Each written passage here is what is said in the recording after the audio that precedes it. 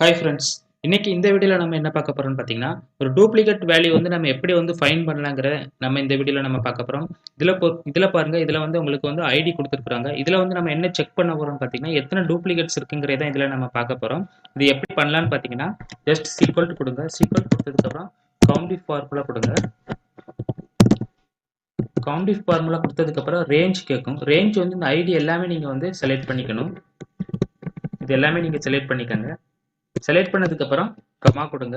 Comma கொடுத்ததுக்கப்புறம் உங்களுக்கு வந்து கிரிட்டேரியா கேட்பாங்க. கிரிட்டேரியா என்னன்னு பார்த்தீங்கன்னா, அந்த ஃபர்ஸ்ட் ஒன் மட்டும் நீங்கள் செலக்ட் பண்ணிக்கோங்க. ஐடியோட ஃபர்ஸ்ட் ஒன் செலக்ட் பண்ணிக்கோங்க. செலக்ட் பண்ணதுக்கப்புறம் கமா கொடுங்க. செலக்ட் பண்ணதுக்கப்புறம் நீங்கள் க்ளோஸ் ப்ராக்கெட் கொடுத்து என்டர் பண்ணுங்க. என்டர் பண்ணதுக்கப்புறம் இந்த ஃபார்முலா அப்படியே வந்து நீங்கள் வந்து ட்ராக் பண்ணிக்கோங்க. ட்ராக் பண்ணதுக்கப்புறமே உங்களுக்கு தெரியும் எது வந்து டூப்ளிகேட்ஸுங்கிறதெல்லாம் இதில் பாருங்க, ஃபர்ஸ்ட் ஒன் வந்து டபுள் டைம் இருக்கு. ஸோ இந்த மாதிரி நீங்கள் வந்து ரொம்ப சிம்பிளாக வந்து ஃபைண்ட் பண்ணிக்கலாம். இதில் பாருங்க, ஜஸ்ட் நான் செக் பண்ணி பார்க்குறேன்.